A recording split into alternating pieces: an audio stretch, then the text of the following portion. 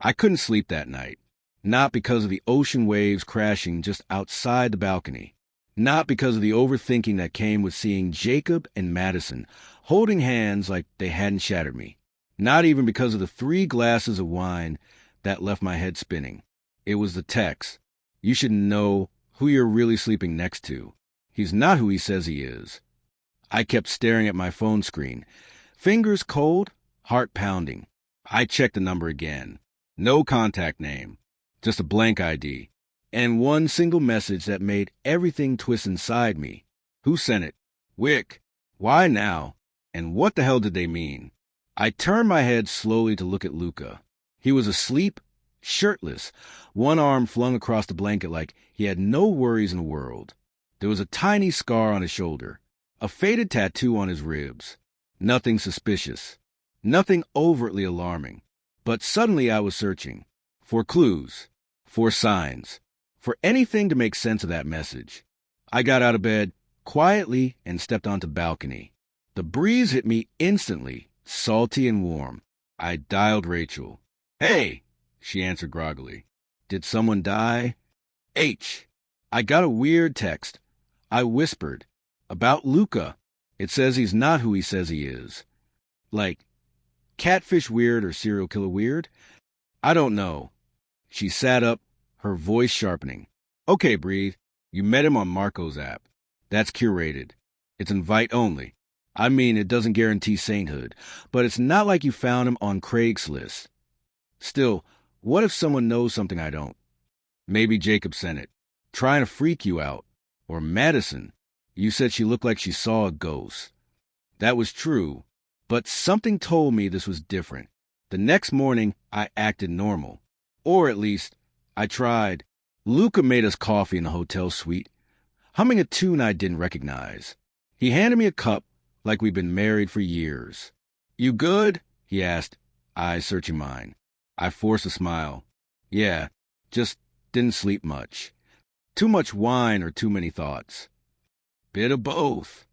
He nodded slowly. "Want to skip the beach brunch? We could explore the art district. Just us." I hesitated. I wanted space.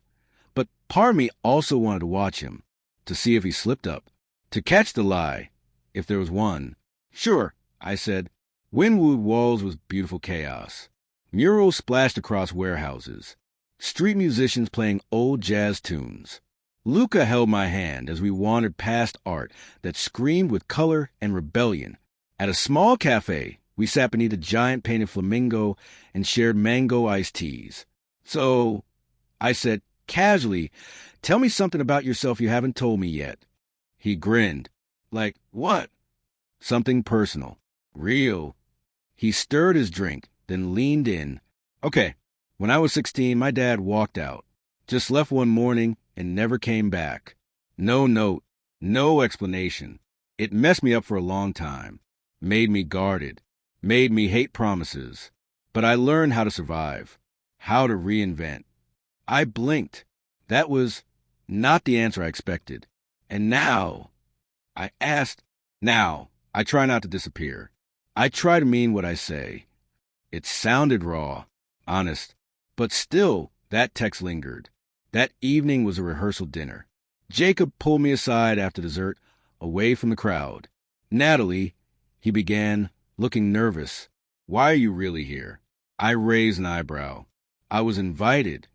You know what I mean. This guy, Luca, you don't even know him.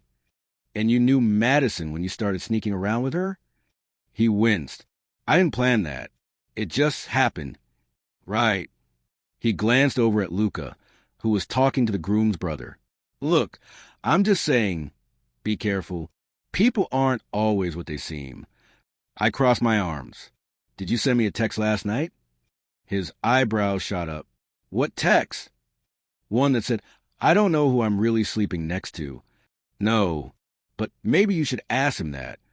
Later that night, back in the suite, I finally cracked. "Luca," I said, "can I ask you something? And I need you to be completely honest." He sat up straighter. "Of course." I showed him the message. His expression darkened instantly. "Where did this come from?" "I don't know. I'm asking you." Is there something you're not telling me? He stood up, pacing. I was hoping this wouldn't follow me here. My stomach dropped. What does that mean? He turned to face me. There's something you should know. I wasn't just on that app to find connection. I was running from someone, from something, and it may have found me. Luca, what are you talking about? He looked at me with those dark eyes that now held something else. Not mischief, not flirtation. Fear. I need you to trust me. But more importantly, you need to decide right now. Do you want to know the whole truth? Because once I tell you, you can't unknow it. My breath caught in my throat. Ready for more? Tap next episode to uncover the truth hiding behind the perfect smile and find out what Luca never wanted Natalie to know. Don't forget to like, comment, and subscribe for more unfiltered stories.